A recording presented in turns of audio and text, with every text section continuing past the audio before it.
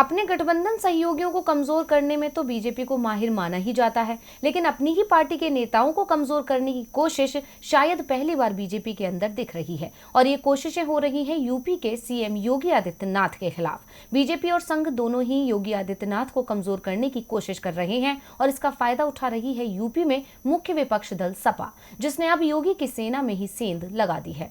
योगी आदित्यनाथ का गोरखपुर सहित पूर्वांचल में उनके दबदबे के पीछे सबसे बड़ा योगदान अगर किसी का माना जाता है तो वो है हिंदू युवा वाहिनी का। लेकिन अब हिंदू युवा वाहिनी का वजूद ही मुश्किल में फंस गया है। इसके अधिकांश सदस्यों ने सपा का दामन थाम लिया है। हिंदू युवा वाहिनी के पूर्व प्रदेश अध्यक्ष सुनील सिंह भी अब अखिलेश यादव के साथ देखे जा रहे हैं। वो खुलकर कह रहे हैं कि वो सपा में हैं। हिंदू युवा वाहिनी के 90% से ज्यादा लोग अब तक सपा की सदस्यता ले चुके हैं।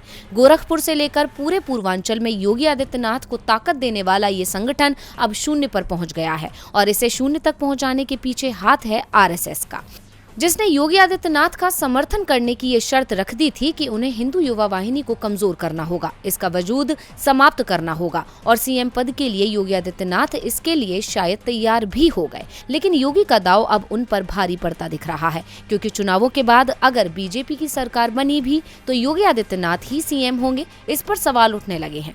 दूसरी तरफ उनके अधिकांश सहयोगी अब सपा में शामिल हो चुके हैं। सुनील सिंह, सौरभ विश्वकर्मा, चंदन विश्वकर्मा ने 15 साल तक हिंदुत्व का झंडा उठाया।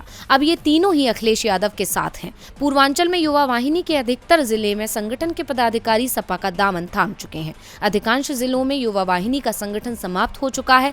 जिस संगठन की स्थापना योगी आदित्यनाथ ने की, संघ और बीजेपी ने उसे योगी आदित्यनाथ से ही खत्म करवा दिया। अब योगी की इस सेना के अधिकांश सिपाही सपा में चले गए हैं और अखिलेश को जिताने की अपील कर रहे हैं, जिससे पूरे पूर्वांचल में बीजेपी की हार साफ साफ दिखाई देने लगी है।